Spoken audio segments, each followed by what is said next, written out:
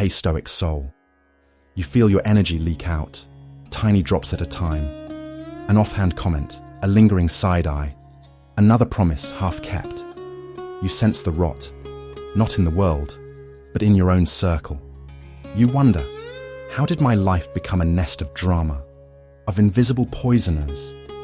You please, you chase, you exhaust yourself trying to be enough. Pause. The old philosophers knew, not all threats come roaring in armor. Some come with smiles. Some look like friends.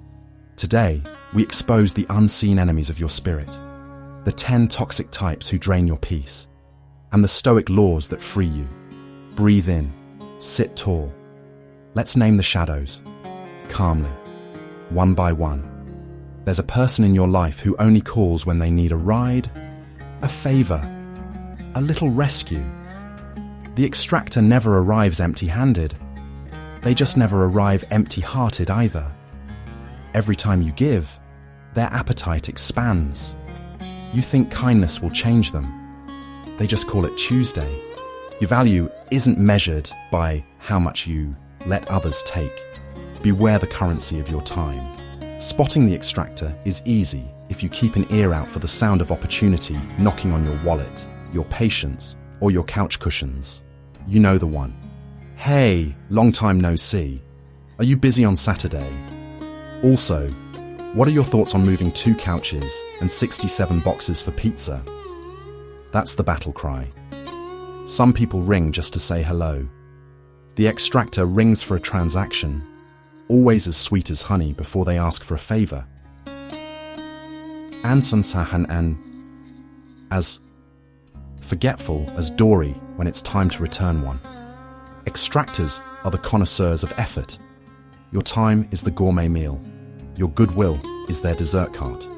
Somehow, after every encounter, you end up with fewer hours in your day and the vague sense you should ask your kindness for rent. In the Stoics' world, the extractor is an untrained alchemist, forever hungry, always turning gold into guilt.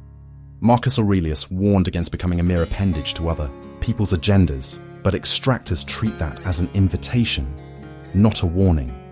They will make your free time into their public utility unless you learn to gate the garden. You may think, but I want to help people. Isn't it the noble thing to do? It is, but even Seneca would have shuddered at the sight of your text thread. Remember, to help without limit is to become help itself, indistinguishable from a doormat with feelings. Extractors sense hesitation like sharks sense motion. If you say, well, I'll see what I can do, they interpret, I'll do everything twice, and apologize afterward. The extractor's secret weapon is the art of minimizing your needs. Their requests are small, harmless. A ride here, a little advice there, maybe borrowing your Netflix password just for a week or 2. Weeks later, your recommendations list looks like it's been curated by a hyperactive raccoon with insomnia. Their grip is slow, gentle, the gentle persistence of grass growing through pavement. It's hard to notice until suddenly you're mowing their lawn. Let's be clear, Stoicism doesn't call for us all to become cold-hearted statues. In fact, Aurelius wrote often about compassion in the marketplace of life, but he also wrote about boundaries, about ruling over your own domain. To the extractor, boundaries are mere challenges. They're the ninja warriors of porous social contracts, leaping over your polite, well, I'm busy, with the gymnastic skill of a practiced guilt tripper. To train your internal Stoic and withstand the extractor's emotional acrobatics, you need to recognize 3 truths. First, not every cry for help is a fire drill. Second, your time is a non-renewable resource, like oil barrels or limited edition potato chips. Third, you're allowed to say no without a follow-up essay, citation, or apology letter to the United Nations.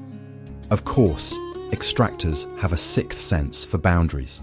Set one, and they'll respond with either dramatic sighs, nostalgic memories, Remember that one time I let you borrow my stapler in 2017? Or emotional origami. They can fold a simple no into a gilt triangle worthy of an exhibit. But every no you practice is a rep in the invisible gym of Stoic self-respect. Tonight, as you drift towards sleep on the gentle raft of soft sound, remind yourself, you are not an open bar of emotional labor. Your kindness cannot be stolen, only offered. Next time the extractor comes calling, practice your new mantra. I wish you well, but my calendar is no longer your menu. Rest easy, because boundaries are the comfiest pillow of all. You've met the victim oracle. They can predict disaster in any weather. And in their gospel, misfortune is always someone else's fault. Their superpower, making you their emotional landfill. Their motto, if you cared, you'd fix me. The Stoics said, only your reactions belong to you. Trying to carry another's self-pity is not compassion. It's volunteering for misery. Picture the victim oracle, a walking, talking forecast of doom, hunched beneath an invisible cloud with a PhD in helplessness granted by the Department of Eternal Blame. They are Jedi masters of sighing. When the wind blows, it conspires against them. If a bird sings, it's just taunting them with unattainable happiness. Even Dionysus, god of revelry, would beg for earplugs. Heed my warnings, the oracle proclaims, for doom approaches. And it's definitely because of my incompetent boss, my disappointing horoscope, and at times, the alignment of distant, uncaring planets. The victim oracle wields guilt like urban raccoons wield garbage. Deftly, insistently, shamelessly. Can't you see how difficult things are for me? They ask, not so much as a question, but as a trap. You may feel obligated to shovel emotional snow from their sidewalk, while your own walkway is buried under a 10-foot drift. According to them, Stoicism is cold-hearted. Yet what the Stoics really taught is that compassion means wishing people well, not chaining yourself to every sinking ship in the emotional harbour. They are prophets, yes, prophets of powerlessness, gesturing with limp hands at all the things they claim to be unable to change. If you really loved me, you'd call my utility company to complain about my power bill. And while you're at it, can you break up with my partner and get my cat to respect me? At some point you realise you're not just offering a shoulder to cry on. You're lending out your entire nervous system, all for a tragedy you never auditioned for. The wisdom of the Stoics cuts through this fog like a labelled exit sign in a room full of spilled glitter. Epictetus believed that our suffering grows, not from what happens to us, but from our stubborn insistence on escalating every inconvenience to a personal vendetta by the universe. You're allowed to pump the brakes. You're allowed to wish someone well without being swallowed by their emotional quicksand. They say, misery loves company. But the truth is, misery is just looking for free rent. If you're up at 3 a.m., rehashing an argument the victim oracle had with their aunt in 2006, Stoicism offers a radical alternative. Don't. Marcus Aurelius, emperor and overworked permadad of Rome, juggled actual wars and still managed not to text his ex about their shared trauma. You can leave the oracle to their prophecies and tend to your own peace. Boundaries are like ancient Roman aqueducts. They carry only what you choose to let flow in. Let their woes dribble off like rainwater on a wax chariot. Compassion isn't carrying boulders for others. It's teaching both of you to travel lighter. The victim oracle's monologues will always be auditioning for the misery Olympics. But you, wise night traveller, can exit the stadium. In the words of the Stoics, focus on your own choices, not on narrating someone else's disaster movie. Curl up, cozy and serene, and let their forecasts drift on the wind, out to sea, where they can finally blame Poseidon for the weather. You sense it, compliments that twist at the end, tiny stabs disguised as concern. The shadow competitor is never happy for you. They're happy when you're not ahead.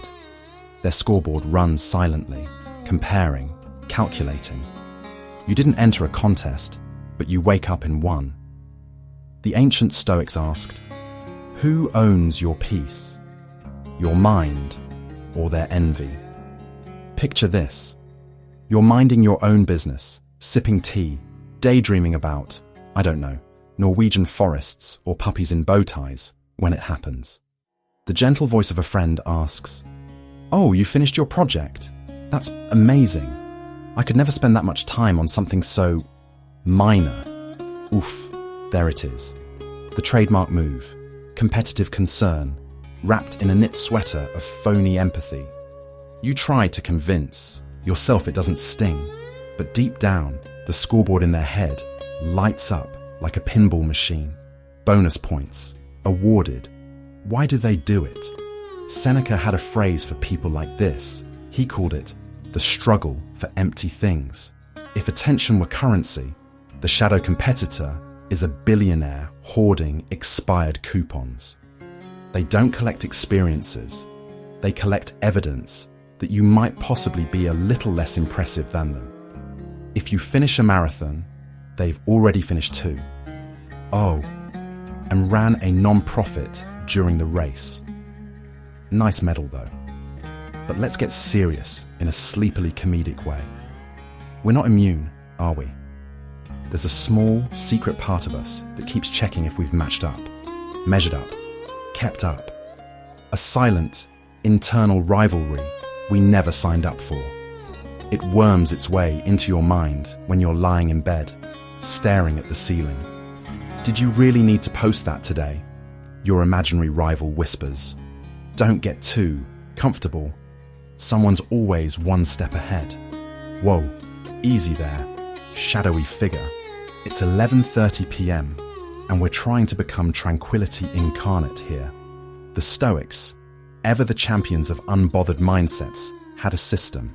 They saw competition with others as the shortest route to losing your own script. Epictetus, the Socratic sass master, once noted, if you want to be happy, stop trying to control what is not yours. Translation: if your neighbour turns their life into a highlight reel, you're not obligated to be an extra in their show. Your piece does not answer to their scoreboard. Instead, Stoicism invites you to recognise when you are sucked into these comparison vortexes and, plot twist, laugh your way out. Imagine every time the shadow competitor strikes, Cicero pops into your mind wearing a stay in your lane t-shirt, reminding you the only contest that counts is against yesterday's you. Not a bad sleep aid, honestly. So, tonight, as you rest, picture yourself in a cosmic stadium, but with no one in the stands. You and your thoughts, running at your pace, unbothered by phantom rivals in the next lane. The shadow competitor may linger, peering around the track for evidence of your stumble, but the Stoic within you waves cheerfully and keeps jogging.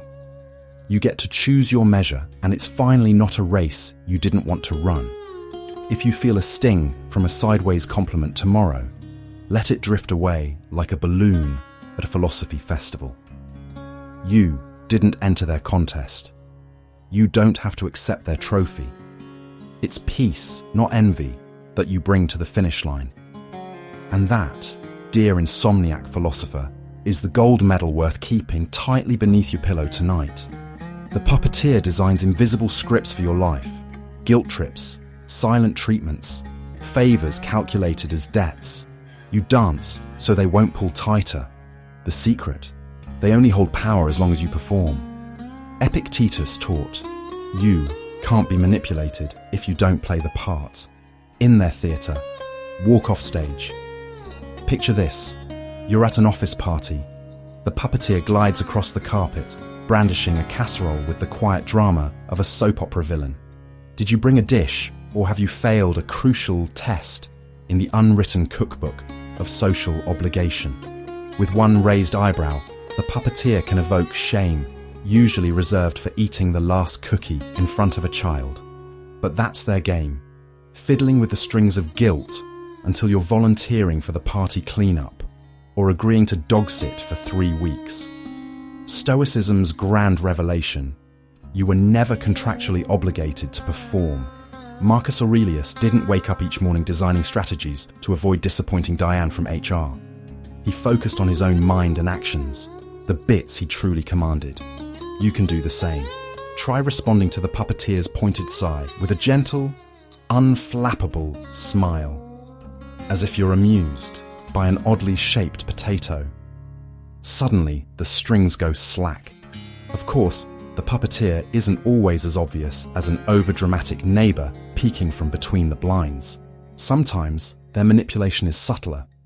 Oh, I just thought you'd want to know that everyone else is pitching in for Steve's retirement gift. It's a masterclass in passive-aggressive suggestion, crafted to nudge you out of bed at 2 a.m. to Venmo $5. But Epictetus, bless his sandal-wearing heart, whispers a gentle reminder from ancient Greece. Other people's expectations are not your edicts. You're free to say no, to set boundaries, to be the calm, bearded statue in a sea of anxious marionettes. Imagine yourself holding those invisible strings in your hands, examining them with curiosity. Do they actually exist, or are they made of mist, dissipating the moment you stop believing in them? The humour in all of this is that the puppeteer needs you to care. Their entire act collapses if you stop auditioning. Picture the puppeteer as a frustrated director, megaphone in hand, shouting, "More drama," while you casually sip herbal tea and watch the clouds outside. It's hard to control someone who's busy pondering the impermanence of celery and the meaning of virtue. Stoic wisdom gives you your freedom cue. There's nothing the puppeteer fears more than a cast member who knows the play is optional. As you opt out of needless entanglement, you might notice how dramatically silence can unnerve a seasoned manipulator. The less you emote on command, the more their performance falters. This is not malicious.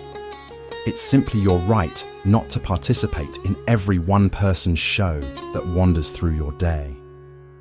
Next time you feel the urge to appease, picture Marcus Aurelius in your head, quietly journaling about not being trapped by other people's designs. You don't owe anyone an explanation for declining the 10th group project this month. A simple, "Thank you, but I can't," delivered kindly, is a stoic superpower that sends the puppeteer's script fluttering off stage, lost in the wind. So, when the puppeteer cues the lights, steps forth with a dramatic flourish, and waits for your line, remember, you can improvise your own script entirely. Maybe tonight, your character exits stage left to a peaceful night's sleep, unburdened by strings. Conflict finds some people like moths find light. The drama conductor is powered by outrage, addicted to noise, allergic to silence. Their chaos becomes your weather report. You catch yourself preparing responses, rehearsing arguments, feeling the churn. A Stoic asks, who is stirring your inner storm, you or a borrowed thunder? Meet the drama conductor, that one friend, colleague, or distant relative with a PhD in blowing things wildly out of proportion. They don't walk into a room, they announce a hurricane warning. Their energy is like espresso shot straight to the amygdala. They are masterful, at spinning inconsequential moments into operatic spectacles. Someone forgot to return their stapler. International crisis. Someone ate their leftovers. Betrayal worthy of a Greek tragedy. Let's zoom in on their toolkit. First, they wield the megaphone of exaggeration. This always happens to me, echoes down your neural corridors until you're questioning if you're actually a minor character in their ongoing soap opera. Their arsenal includes weaponized sighs and the international eyebrow of disapproval trademark, somehow more expressive than any language. If there's a lull, they orchestrate fresh drama with the skill of a maestro summoning the strings to life. If peace descends, you can sense them twitching, unsure what to do with the unnerving quiet. Just yesterday, you found yourself anxiously checking your phone after their 3 exclamation mark text. "We need to talk." About what? You considered relocating abroad, just in case. The drama conductor operates on a fundamental principle. If emotional weather can be manufactured, why ever experience a calm forecast? They are the ultimate chaos influencer, thriving on the emotional retweets and shares. Their nervous system seems calibrated to DEFCON 1 at all times. And if you're in their orbit, you're automatically signed up for a full cable subscription to the drama channel, coming soon in 4K with surround sound. But what does this orchestra of melodrama do to your Stoic sensibilities? Here comes Seneca's ghost, gently clearing his philosophical throat. You become what you give attention to. By rehearsing battles that belong to someone else, you surrender your piece for a guest spot in an episode that, frankly, doesn't deserve a second season. How much of this storm belongs to you? And how much is just forecasted, swirling clouds you could watch from a safe Zen porch with a cup of tea and an arched eyebrow? The antidote is not silence, because the drama conductor will interpret your quiet as a challenge and dial up the trombones. The antidote is perspective. It is radical inner weatherproofing. Instead of riding the roller coaster, become the ride attendant, safely operating from the control booth, slightly bored, humming Marcus Aurelius quotes under your breath. Repeat after Epictetus, their drama, their circus, their monkeys. When you sense the drama crescendo, emails typed in bold, group chats vibrating with, "Can you believe this?" energy, pause. Ask, as the Stoics did, is this within my control? If not, let the drama conductor lead their parade, while you watch from the curb, popcorn in hand, serenely unimpressed by the confetti cannon. Remember, you can observe the storm and still remain dry. The Stoic superpower is the unbothered umbrella, chaos all around, but you're savoring the tranquil silence beneath your own mind's shelter. The drama conductor may be a virtuoso of noise, but you are the quiet maestro of calm. Every time you shine, they dim the lights. The mirror miser wants you small, uncertain, rerouting your victories through their own filters. When you're happy, is it allowed? With them, every celebration feels suspicious. Marcus Aurelius wrote, "The approval of others is fickle as spring winds."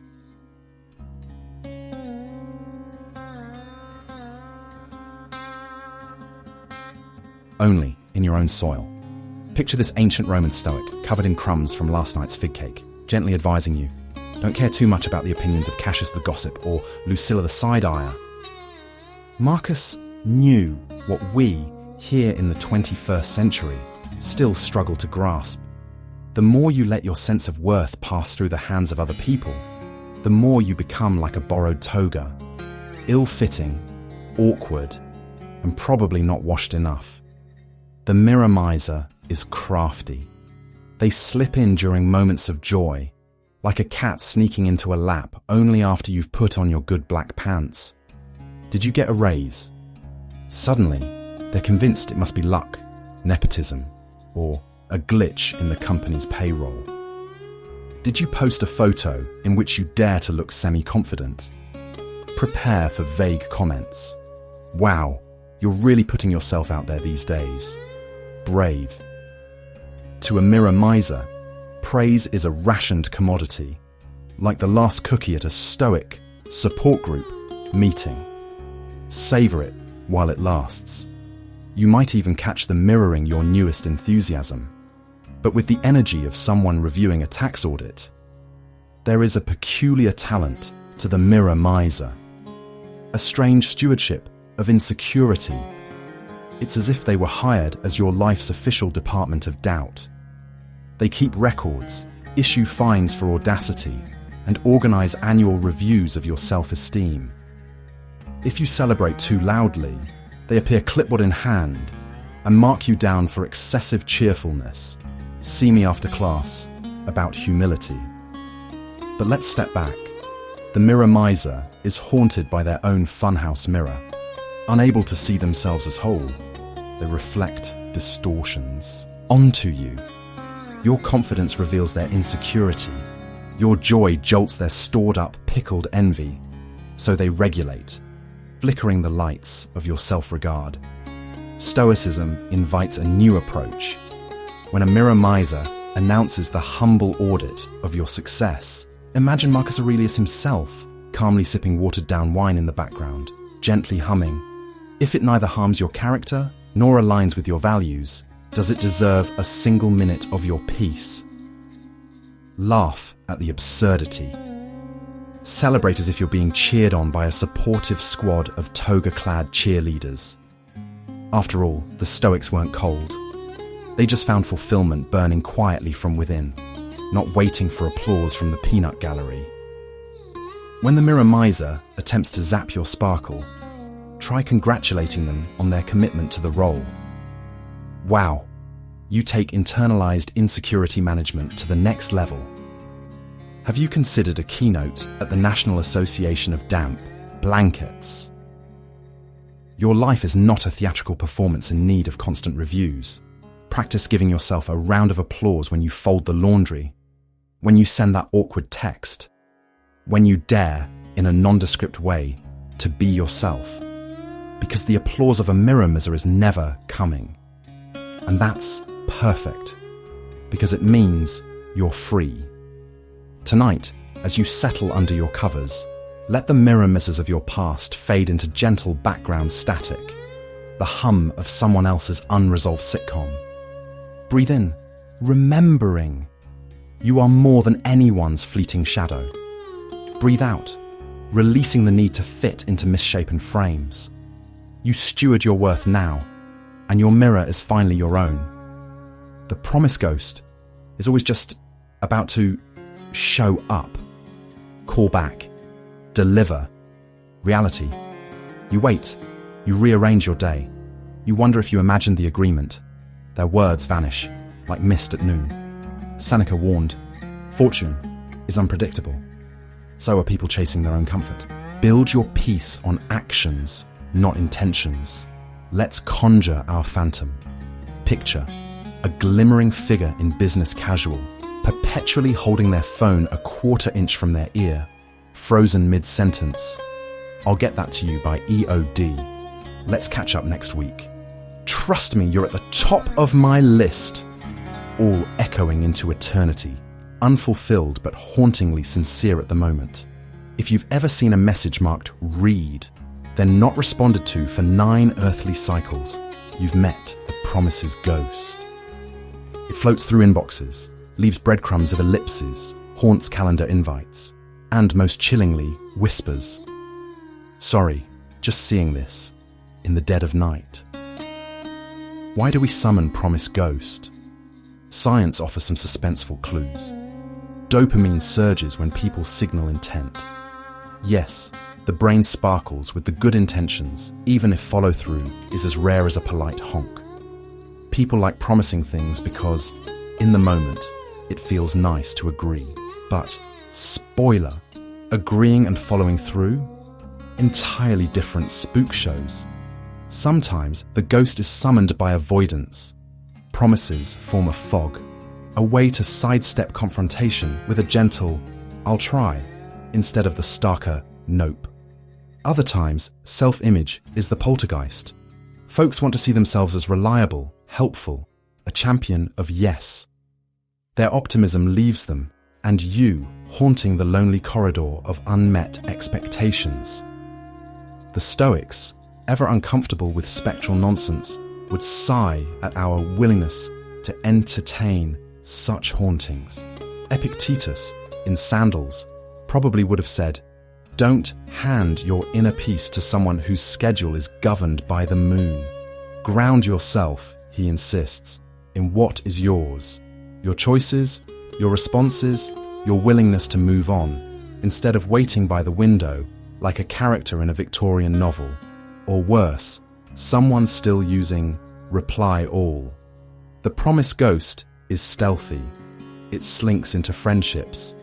"Let's totally have lunch soon," never specifying the year. It haunts workplaces. "Review coming shortly." And then HR discovers the project file beneath a stack of haunted desk plants. And always at the worst time, the spectre materializes in romance. "I'll change, I promise."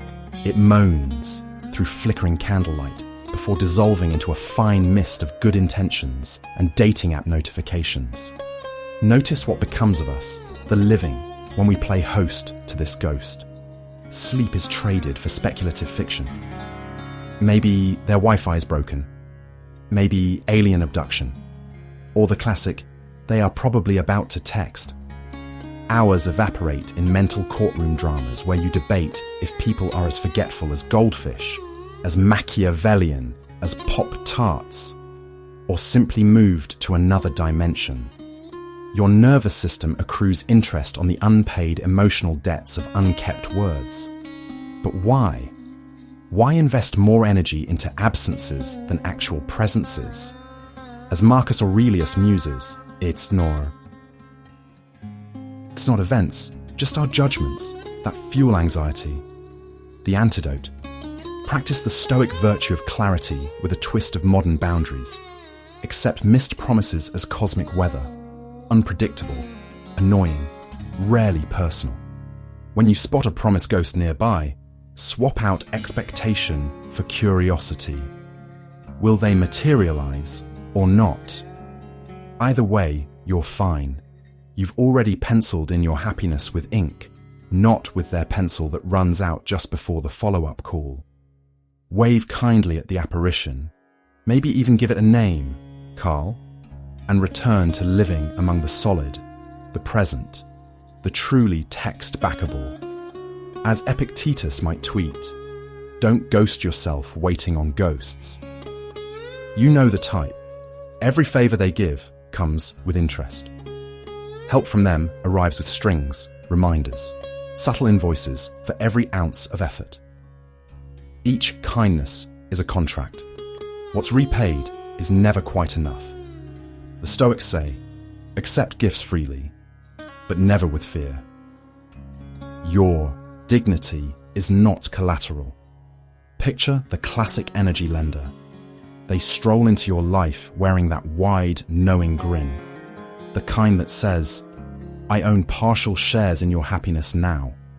Perhaps you've borrowed some sugar, shared your Wi-Fi password during a storm, or, foolishly, asked their advice about the existential crisis you face twice between lunch and dinner. Suddenly, every encounter is punctuated by gentle reminders of your debt, payment due in guilt, obligation, or public gratitude. They hand you a cup of coffee, and by Friday, you've made them executor of your emotional estate. Epictetus would look at this scene with cool detachment, sipping metaphorical tea. Is what is given a burden, or do you make it so by your perception? He'd ask. The Stoic toolkit includes gratitude, yes, but also boundaries. You're grateful for the support, but you part ways with the emotional mortgage. Thanks for the ride, but I'm not signing a 30-year fixed rate on my self-worth. Let's admit it. Rejecting the energy lender's terms isn't easy. They have the psychic equivalent of repo men. Say no too firmly, and suddenly your history of borrowed pens and spent lunch breaks reappears in chilling detail. I suppose those 57 printer sheets meant nothing to you. The Stoics would smile. because acceptance doesn't mean servitude. It means clarifying what is and is not up for negotiation. Marcus Aurelius, master of the imperial deadline extension request, suggests we should not accept without pride, let go without attachment. That means you can accept help, but not the invisible, ever-mounting interest tacked onto your soul. If you sense the favor is more like a payday loan for your energy, you can politely decline, or accept and refund with a smile and steadfast boundaries. Thank you, but let's keep our transactions in the currency of kindness, not compounding anxiety. So, what's it like living debt-free from emotional loan sharks? Imagine walking down the street on a golden morning, the hint of coffee and distant siren song of weekend chores in the air, when your energy lender glides up, offering unsolicited advice, or the 10,000th life hack. You accept what's useful, sincerely thank them, and mentally shred the invoice. Your sense of self remains solvent, your psyche unencumbered by hidden late fees. If you're worried that resisting these emotional creditors might make you seem ungrateful, remember, genuine gratitude is about appreciation, not obligation. The Stoic approach is serene exchange, not emotional bartering. Seneca wrote, "A benefit is finished the moment it is bestowed." Translation: you're not a subscription service for ongoing gratitude. Your worth isn't measured in how well you service someone else's emotional loan. When you spot an energy lender coming your way, waving with that "just checking in on my investment" look, practice Stoic triage. Review which favors our mutual joy and which are Trojan horses smuggled inside paper cups. When repayment is demanded, remember, your boundary is your collateral. No compound interest can accrue on your self-respect. You're not Scrooge McDuck, hoarding emotional gold coins, nor are you a charity for energy loan sharks prowling for repayment in unsolicited stress. The world will always have its share of lenders and collectors. By keeping your transactions honest and expectations transparent, you remain rich not in obligations, but in peace. And when you spot the telltale glint in their eye, just smile. Tell them your account is balanced and your soul paid in full. This voice may not even be another, but the echo of past critics, now living rent-free in your mind. Every step, a whisper. Are you sure? Should you have? You can't. The Stoics train their minds. Opinions of others are just that, not prophecies, not orders. You are not required to believe every thought offered. Picture your self-critic as that one friend who shows up to brunch but only eats the free bread and questions your life choices. Is that what you're wearing? It asks, without even making eye contact with the menu. You really want to start that business. Remember how you got a C+ in 3rd grade science? The voice is never out of small, fine print doubts, and yet it offers nothing of substance to the bill. Why do we let it order for the table? The Stoics, if they had Yelp reviews, would tell you this: the opinions of others, like cold, leftover fries, aren't worth worrying about. Opinions, especially the ancient ones still echoing from your own ancient history, are just mental graffiti.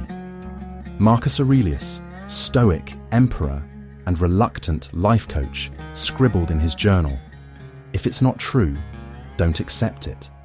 If it's not useful, let it go." Imagine swiping left on every self-doubt that doesn't pay rent. Of course, the self-critic has style. Their critiques aren't wild outbursts, but subtle, like a distant car alarm you wonder if you should actually do something about. Are you sure you closed the garage? Should you really text back with K instead of OK? It's a drip that becomes a flood, pooling up until you're suddenly standing in a puddle of imagined disasters. The Stoics would bring a mop and politely ask, "What control do you have here, really?" Here's your gentle reminder: thoughts are not commandments, they're options. Picture your mind as a group text thread. Some messages are wise. Thank you, Epictetus.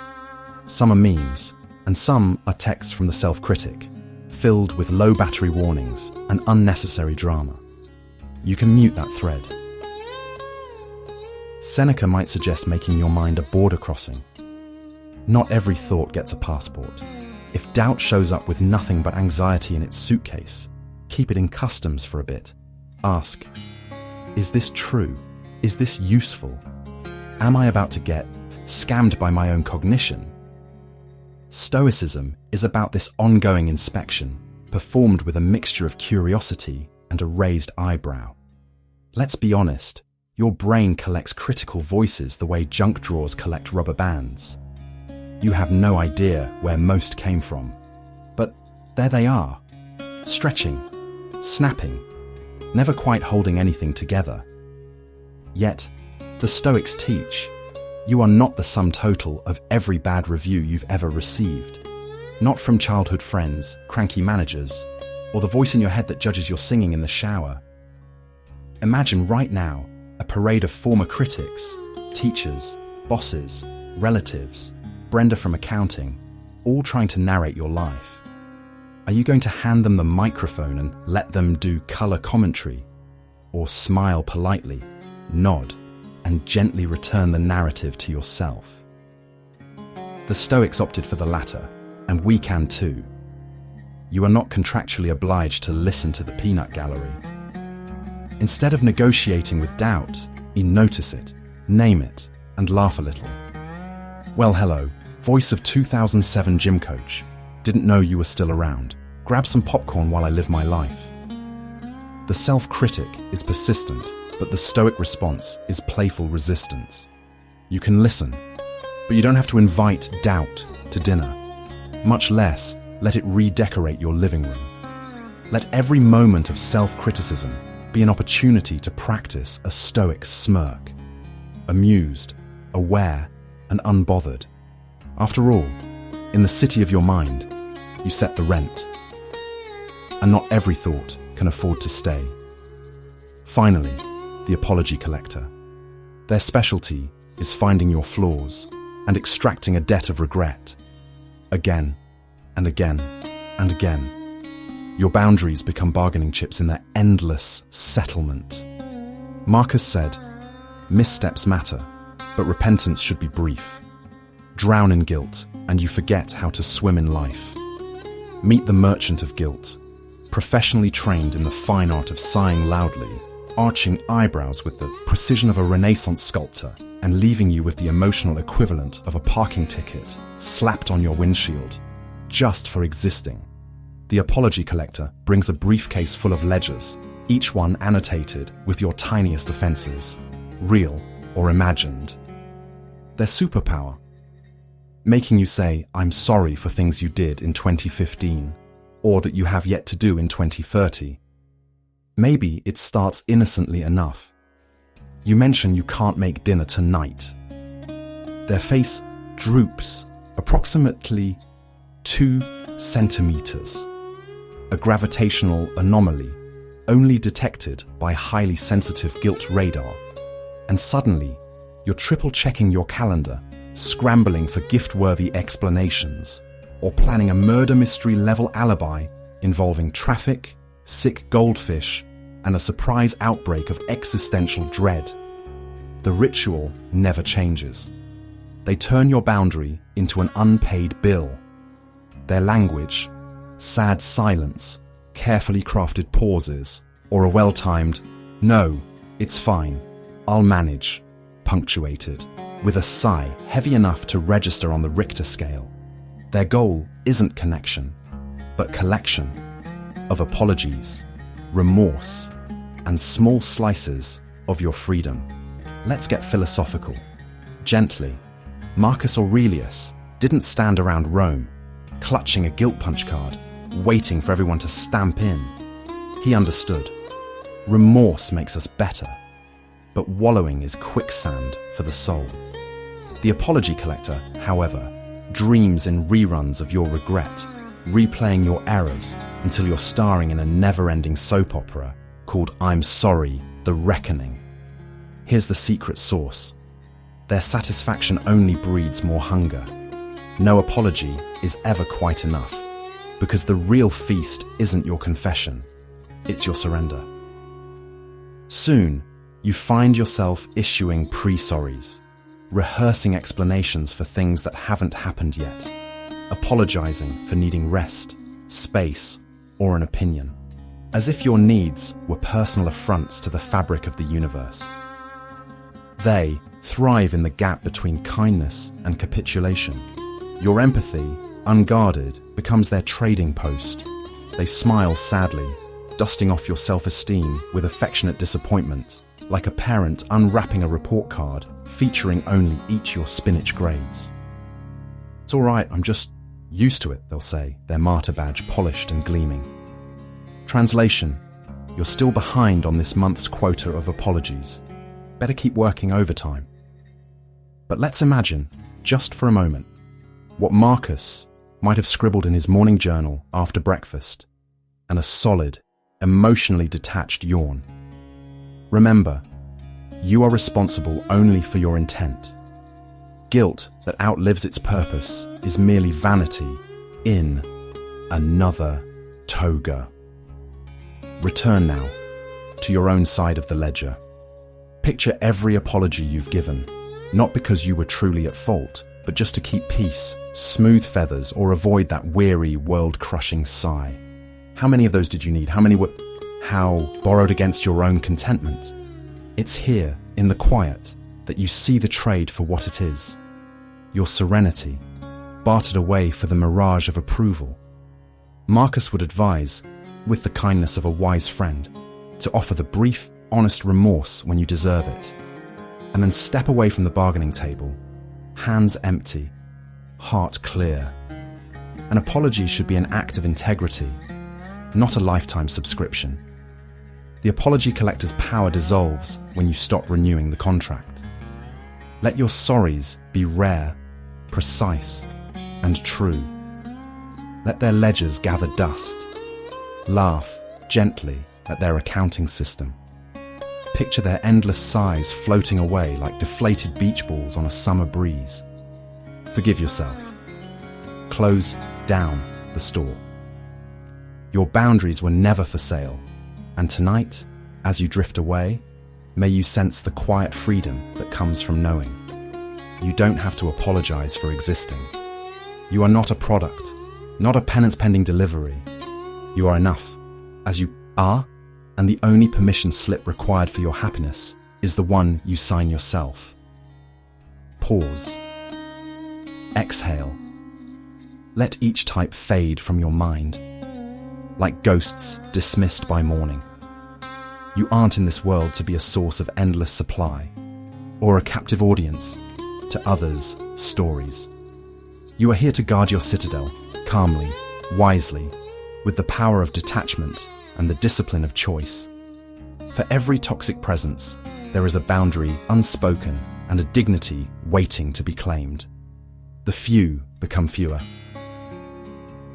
Not bitter, but refined.